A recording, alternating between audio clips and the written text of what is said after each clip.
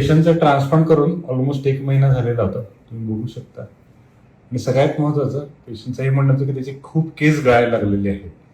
तर आता 1 महिन्यानंतर जे काही केस गळतात किंवा तुम्हाला जराशी इथे खपली दिसते, घाण दिसते, ही टोटली नॉर्मल गोष्ट आहे. ट्रान्सप्लांट झाल्यानंतर जी काही शेडिंग फेज असते ती या पेशंटची आता चालू झालेली आहे.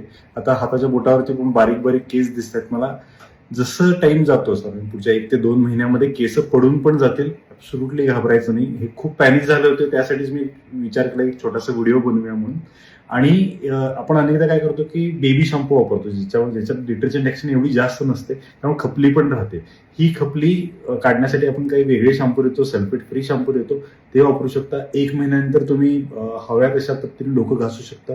इव्हन म्हणजे ट्रान्सप्लांट करायच्या अगोदर ज्या काही गोष्टी करत होता त्या सगळ्या गोष्टी तुम्ही 1 महिन्यानंतर करू शकता. डोक्यावरती ओझं घेऊ शकता, हेल्मेट घालून बाईक चालवू शकता, सगळ्या काही गोष्टी करू शकता. आणि जे काही गळणारे केस आहेत त्याबद्दल ऍब्सोल्युटली टेन्शन घेऊ नका. प्रत्येक हेअर ट्रान्सप्लांटच्या पेशंटला मी एक ऍडवाइस देतो की ट्रान्सप्लांट झाल्यानंतर किती 6 महिने बघायचं नाही, रिझल्ट नक्कीच येतो.